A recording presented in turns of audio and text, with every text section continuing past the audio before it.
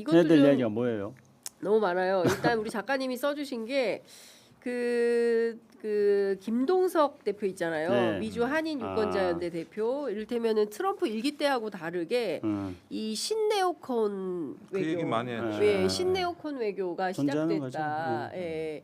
그래서 이거가 가속화되고 이게 이제 그 북미 관계에도 미치는 영향이 상당히 크기 때문에 이것 좀 어떻게 봐야 되는지도 궁금하고 그리고 또 하나는 또 총격이 있었어요. 네. 그 백악관 인근에서 그 트럼프 끊임없이 이게 지금 표적이 되고 있는 건데 또 이건 또 어떻게 봐야 되는 건지 6분밖에 안 남았다면서요. 그러니까 빨리빨리 너무 길게 말씀들 하셔서 짧게 짧게 오케이. 코멘트 부탁을 좀 드리겠습니다. 제가 그리고 그럼- 이제 이란과의 관계도 좀 중요하고 예.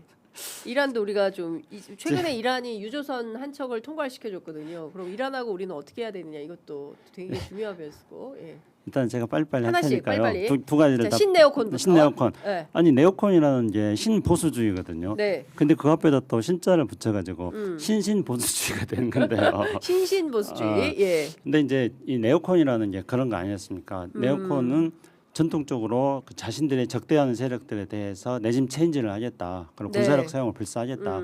그 적대하는 세력들이라는 게 주로 이제 이슬람 세력들이라든가 뭐 북한이라든가 뭐 이런 세력들한테 군사적인 행동을 통해서 내심 체인지를 하겠다는 게 네오콘이었고, 근데 이제 지금 신네오콘 같은 경우는 대상이 뭐 중국이라든가 이런 미국의 성장을 위협하는 또는 따라오는 이런 것들을 대상으로 하고 있다는 점에서 대상이 다르다는 거고, 그리고 이들이 사용하는 방법이 이렇게 뭐 과거처럼 군사력을 통해 가지고 레짐 체인지 하겠다, 그래서 네. 북한 들어가지고 뭐 죽쓰고 이렇게 하는 것도 아니고, 이들이 이제 주로 무기로 사용하고 있는 게 네. 금융이라든가 일단 테크 기술이라든가 네. 이런 것들을 기반으로 하고 있는 거죠. 그래서 금융 테크 기술을 통한 뭐 목조이기 네. 이런 거기 때문에 군사적 압박과는 조금 다른 차원인데, 그래서 지금 미국의 이른바 이제 그 테크 기업들이 트럼프 주변에 포진하고 있지 않습니까? 그래서 이들이 이제 지금 신네오콘이 되어 가지고 트럼프의 지금 귀와 눈을 막고 있는 세력이다. 지금 그런 이야기들이 많이 있습니다. 그리고 그 미국 내에서 트럼프에 대한 뭐 총격 같은 경우는 그냥 간단하게 한 가지 말씀드린다면은, 미국은 저도 이제 미국에 있을 때 계속 이게 쟁점이 되는 걸 봤는데, 이제 수정헌법 위조에서 총기 네. 소유를 허용하고 있으니까. 근데 한편은 이해는 돼요. 왜냐하면은 미국이 역사를 놓고 볼 때는 독립전쟁할 때 지금 네. 7월 4일이 미국 독립 250주년인데 독립전쟁할 때 민병대들이 자기들이 가지고 있는 총 끌고 나와가지고 그래서 이제 미국의 독립을 이루었고, 그래서 미국에 있어서 총기라는 거는 그야말로 독립과 자유의 상징이 되는 건데, 근데 지금 현재 미국에서 총기 사고로 죽는 사람 숫자가 1년에 교통사고로 죽는 사람 숫자보다 훨씬 더 많고, 그리고 이 총기가 이제는 대통령을 향해서 테러의 수단으로 지금 쓰여지고 있습니다. 그렇습니다. 그렇기 때문에 기본적으로 총기 소유의 자유를 이야기했던 미국 독립 정신을 독립 250주년을 맞이해서 재해석해가지고 총기를 어떻게 규제해서 총기로부터 미국의 시민의 안전을 보호할 것인가에 대한 본격적인 논의를 해야 된다. 저는 일단 그렇게 미국 사람들한테 알겠습니다. 말하고 싶습니다. 그 백악관 그 총격 사건에 대해서는 의원님이 말씀해 주세요. 예, 일단은 내전의 전 단계다. 내전의 전 단계. 예, 내전의 전 단계, 내전적 양상에 실제로 진입하는 중이다. 그래서 내전은 어떻게 일어나는가, 이미 그 책에서 네. 기본 프레임이 나왔고, 재작년 연말에 그 개봉된 시빌워, 그 영화에서도 이제 나왔던 이미지인데, 그것의 어떤 그 입구 형태고 내전적인 양상인데, 예. 트럼프 총격 사건은 내전적 상황이다. 그렇죠. 네. 그러니까 요 부분에 대해 가지고 내전의 요건은 거의 다 충족이 됐는데 지금 신호가 나타난 거거든요. 네. 그러니까 이럴 때 어떤 그 조금 이거를 완충하고 완화할 수 있는 논의가 어떤 조금 더 신속하고 생산적으로 의회 내에서 진행되지 않으면은 네.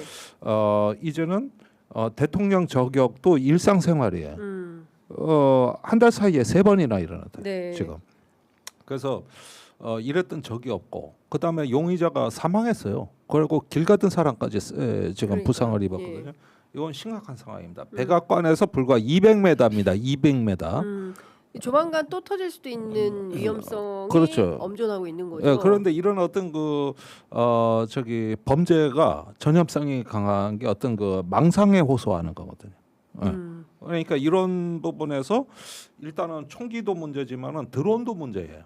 같이 결합하면 무서운 일이 일어날 수 있다. 총기와 드론이 같이 그렇죠. 결합하면. 네. 예, 이런 것들 좀 한번 봐야 되겠고. 예.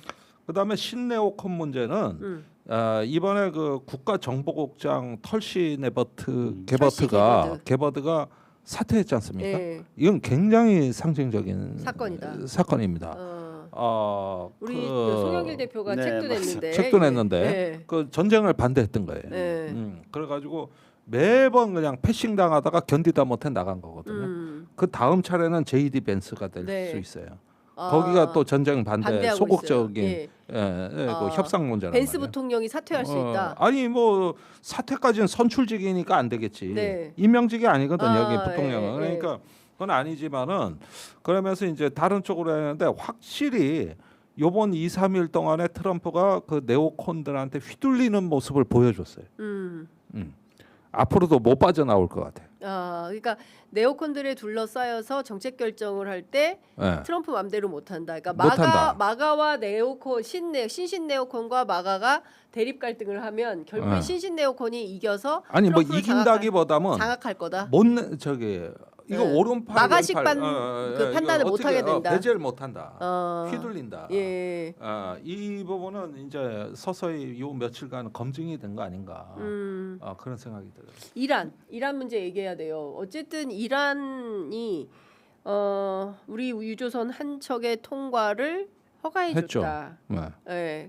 그러면 아까 말씀하신 대로 호르무즈 해협은 이란 혁명수비대가 장악하고 있으므로 우리가 그 해협을 통과하려면 이란과의 협조 없이는 불가능한 건가? 라는 생각이 그 좀 완전히 이 혁명 수비대가 통제하고 있는데 네. 어떻게 그 저기 협조 없이 나올 수 있겠어요? 이번에 이제 한국 유조선 한 척뿐만 아니라 다른 나라 유조선까지 해가지고 25척 네. 그리고 중국 유조선 한 척도 이제 나온 네. 거고요. 그래서 예. 이거는 이 협상 국면에서 이란 혁명 수비대가 호르무즈에 대한 통제권을 자신들이 다 가지고 있다는 것을 보여주면서 협상 국면에서 어떤 자신들의 능력이 그러니까 호르무즈를 막을 수도 있고 네. 풀 수도 있다. 그러니까 막고 푸는 거는 이란 혁명 수비대에게 달려 있다. 이걸 이제 보여주는 거죠. 그래서 호르무즈에 대한 장악력을 확실히 보여주는 그런 측면이 있고, 그 다음에 이제 중국배가 빠져나온 거는 또 그거에 대해서 이제 분석을 하는데, 어쨌든 호르무즈 밖에서는 미국이 또 이중 봉쇄를 하고 있는데 결국은 중국배가 빠져나오는 거는 미국이 또 승인해줬기 때문에 빠져나온 게 아니냐 뭐 이런 이야기도 있습니다. 그래서 아무튼 이게 지속될지는 알 수 없으나 적어도 네. 협상 국면에서 협상력을 높이기 위한 미국과 혁명 수비대의 주거니 받거니 하는 한 단면이다 이렇게 네. 생각합니다. 그 가자에 활동을 하러 갔던 뭐 해초 활동가 김동환 씨인가 뭐 그 두 분에 대해서 갑론을박들이 있는 것 같아요. 근데 그 위험한데 거기까지 꼭 가야 되겠냐부터 시작해서 평화를 위한 구호 활동인데 그걸 막아서는 안 된다. 근데 앞서 이제 말씀하신 대로 이제 유럽의 활동가들 같은 경우에는 정말 인간적으로는 해서는 안 되는 몹쓸 짓을 그 이스라엘 분이 감행을 한 거 아니겠습니까? 그러니까 이런 상황에 대해서 이거를 어떻게 봐야 됩니까? 우리 외교부는 가지 말라 했기 때문에 여권 압수하고 형사처벌 그 대상. 현장에서 국가안보부 장관, 그 이스라엘의 장관이 직접 지휘하고 모욕적인 행동을 하는 게 나왔단 말이에요. 자기가 X에 올린 거예요. 그렇죠. 본인이, 자기가 예, 올렸어. 본인이 올린 거예요. 예. 그런데 그 심리 구조가 아까 얘기했던 이제 시오니즘이 어떤 얼굴을 보여주는 거거든요. 네. 그다음에 지금 저기 예루살렘의 그 무슬림 성소에서도 사건이 벌어졌습니다. 거기에 막 그 장관들이 가가지고 또 금지된 행동을 했고 이런 걸로 보니까 지금의 시오니즘은 어떤 그 민주주의 국가 이스라엘을 신정 국가로 전환하는 어떤 그 하나의 촉매제로 거의 지금 절정에 도달해 있다. 네. 그러면서 이게 이제 마오이즘이라고 하는 건데. 그 유럽 출신 엘리트 유대인들이 아니라 중동 출신 리쿠르트 당 집권 이래로 그 저기 시오니즘 성격이 강한 여기가 어떤 이스라엘의 분열을 막기 위해서 종교적 신성 정치를 네. 통치를 한껏 끌어올리면서 이란을 악마화하는 똑같네. 이란도 그렇고 이스라엘도 그렇죠. 그렇고. 그런데 이제 이란 같은 경우는 혁명 수비대 이념이 사회 통치 이념이 된 거거든요. 예. 그게 이제 아까 얘기한 호메이니즘인데 근데 이게 상호 그 고조가 되는데 이 적대와 혐오의 어떤 경쟁이 멈출 수가 없습니다. 그래서 지금 이런 부분들이 계속 그 해외로도 제3국으로도 확산될 때 네. 이 스피커를 일단 볼륨을 좀 줄여야 됩니다. 음. 그 각자 두 국가 내에도 합리주의 세력이 있거든요. 네. 굉장히 그 국제주의자 또 이런 어떤 그 세속주의자 네. 이런 사람들이 있기 때문에 이런 분들을 어떻게 활용할 수 있을까? 유발 하라리 같은 사람, 네. 그런 것들 좀 지금 생각을 해봐야 돼요. 알겠습니다.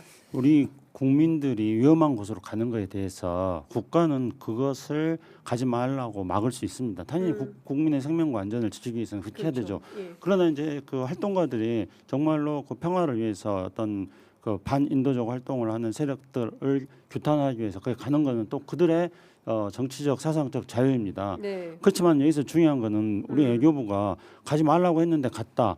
그래서 그들에 대해서 책임이 있다. 이렇게 말하는 거는 정부의 무책임한 행동인 거죠. 정부는 막지만은 권고할 수 없는 거죠. 못 가게 해야 되는 거죠. 네. 그러나 또 자신의 신념 위에서 가는 사람을 보호하는 것도 정부의 역할인 겁니다. 네. 그리고 나아가서 이스라엘 같은 경우는 지금 뭐 우리가 쉽게 한다면은 전시 동원 체제 같은 거 있잖아요. 예. 지금 예. 이란하고 싸우고 있는 것들 을 통해서 유대인 내부에서도 김정도 원 이야기한 것처럼 극우 강경 세력들이 지금 이 기회를 틈타서 발호를 하고 있는 겁니다. 네. 네타냐후하고 손잡고 극우 강경 세력들이 발호를 하고 있고 이들이 어찌 본다면은 현재 전쟁을 끝내지 못하게 하는 핵심적인 네. 요인일 수도 있습니다. 그럼 그들에 의해서 저지러지는 이런 만행에 대해서 당연히 우리 정부는 초점 화살을 거기에 맞춰야죠.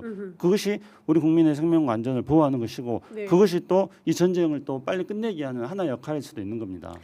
가자를 어떻게 해야 되느냐 정말 국제사회가 끊임없이 관심을 갖고 있지만 해법이 없다. 너무나 오래된 이 가자의 그 이스라엘의 만행을 어떻게 끝낼 수 있나 고민이 되고요. 시간이 지금 11시 6분이지만 우리 작가님 이 얘기는 꼭 좀 들어봤으면 좋겠다라고 하는 게 있습니다. 지난 20일 시진핑과 푸틴 정상회담에서 발표한 공동 성명에 북한에 대한 제재에 반대한다라는 내용이 포함이 되어 있고요. 타임지가 이제 시진핑이 곧 북한에 방문한다라는 보도를 했습니다.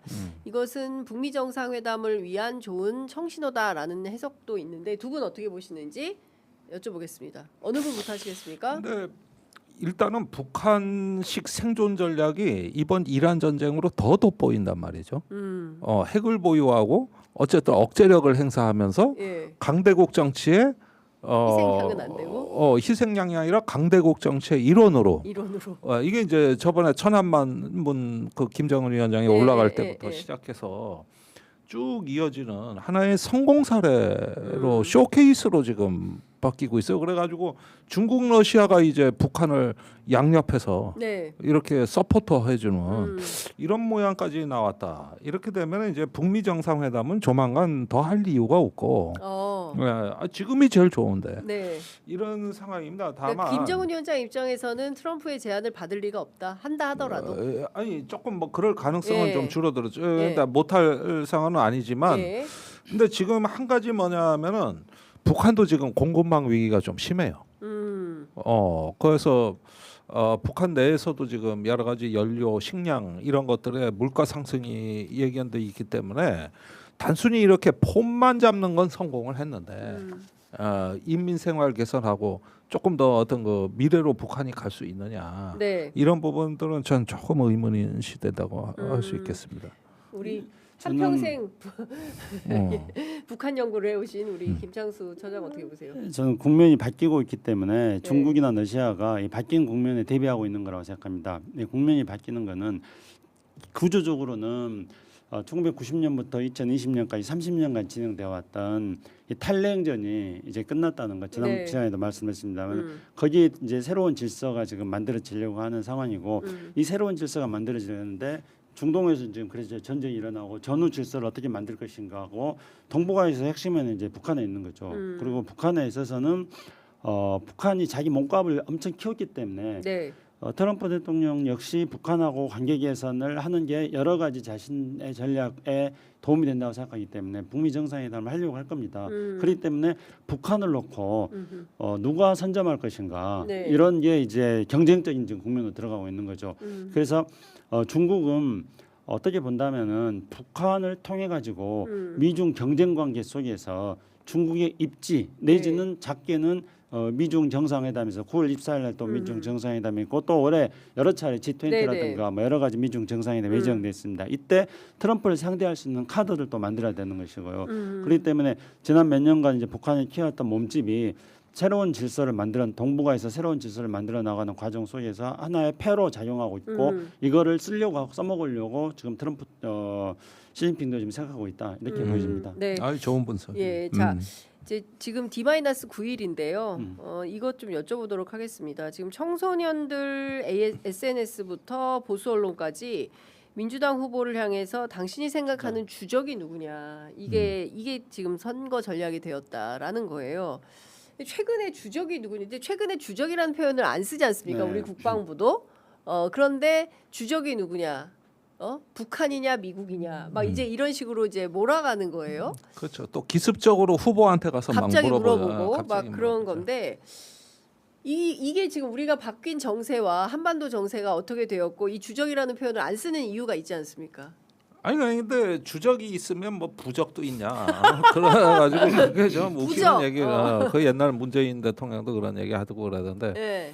근데 그런 어떤 상황이 최근에 이제 남북 관계에 어떤 위기가 있다면은 이런 게 좀 통해요. 옛날에 천안함 연평도 막 네. 그러고 그때 진보당 때려잡고 뭐 막 할 때는 허구한 날 종북몰이 할 때는 이게 사회적으로 프레이밍이 네, 돼요. 아주 굉장히 강하게 고착이 돼 있었거든요. 그래가지고 엄청나게 많은 어떤 사건들이 있었는데 지금은 네. 우선 남북 관계에 그럴 만큼 충격이 없어요. 그러니까 뜬금없는 논쟁이 돼 버리는 거죠. 그래가지고 인위적이고 이렇게 만들어 나가는 논쟁이 돼 버렸는데 그래서 위력은 많이 줄었다. 그러나 역시 윤어게인 이 극우 입장에서는 필요한 전략이죠. 네. 자기들 결집을 위한. 그런데 이게 그러면 선거 현장에서 뭐 예컨대 영남권에서 보수 대결집으로 이어지냐? 이 연결고리는 안 보인다는 거예요. 네. 이 연결고리는 안 보여. 단지 관종들의 커뮤니티와 그런 걸 통한 어떤 장동혁 대표의 놀이터. 이런 면에서 제한적이고 국지적이다. 그러니까요. 대구에 갔는데 장동혁 대표 비판 많이 하더라고요. 마이크 딱 대면 아 잠깐만, 이 얘기는 좀 해야겠습니다라고 하면서 국민의힘 제가 제일 재밌었던 게 뭐냐면 자 대구에 많은 변화를 원하시는데 전 당연히 경제 발전이 나올 거라고 기대를 했어요. 그리고 질문을 던진 거죠. 대구의 변화 가장 먼저 시급한 변화 어떤 변화를 기대하십니까? 라고 질문을 했을 때 국민의힘부터 바뀌어야 된다. 대구 시민들께서 국민의힘부터 우리는 바꿔야 된다. 깜짝 놀랐어요. 그래서 누군가가 제가 자료 신문 보니까 네. 그 국민의힘이 주적이다, 내란 세력이 주적이다, 뭐 그렇게 말했다는데요. 네. 근데 사실은 누가 주적이냐고 묻는 거는 예를 들어서 우리 장윤선 기자가 나한테 누가 주적이냐 이렇게 안 묻지 않습니까? 네. 누가 주적이냐고 묻는 거는 주적이 북한이라는 것들을 부각시켜가지고 우리 사회를 극우 냉전 구도로 몰고 가려고 하는 세력들이 누가 주적이냐고 묻지 않습니까? 그렇습니다. 그럼 그렇게 묻는 사람한테 당신이 주적이요 이래야 될 것 같습니다. 네가 주적이다 이놈아 이렇게 얘기를 하는 게 맞다라는 말씀을 좀 주셨습니다. 누가 주적입니까라고 물어봤을 때 김창수 처장처럼 저 답변을 하세요. 네가 주적이다 이놈아. 그 우리 사회를 분열시키는 거기 때문에 그렇죠. 그게 주적이죠. 그렇습니다. 예. 분열을 획책하는 세력에 대해서는 그러니까 가차 없이 이런 거 같아요. 이 지금 극우가 결집하는 방식은 국가라는 이미지와 애국이라는 담론에 대한 어떤 소속감과 연대감입니다. 이걸로 치면은 다 깨지거든요. 네. 그러니까 국가를 독점하는 전략이거든요. 그러니까 이재명식 실용주의는 그것을 탈환해오는 거죠. 그러니까 이제 국가. 네. 그래서 민주당이 파란 잠바에 어떨 때 의원들 양복에 다 태극기가 걸려 있다든지 네. 이런 것들이거든요. 그러니까 이 국가에 대한 어떤 그 가치를 인정하고 존중하고 그 소속감을 갖다가 네. 우리가 중도 실형 쪽으로 전취해내는 거 음흠. 이게 바로 여기에 대한 대응책이라는 거. 네, 알겠습니다. 네. 아이고 무려 11시 14분이 지나도록 오늘 저희가 방송 오늘 프로그램 휴일이라 좀 아주 많이 그냥 했네. 오늘 휴일이라 많이 해주셨습니다. 네, 휴일에도 함께해 주셔서 너무 감사드리고요. 또 다음 주에 뵙도록 하겠습니다. 오늘 두 분 말씀 잘 들었습니다. 고맙습니다. 네, 감사합니다.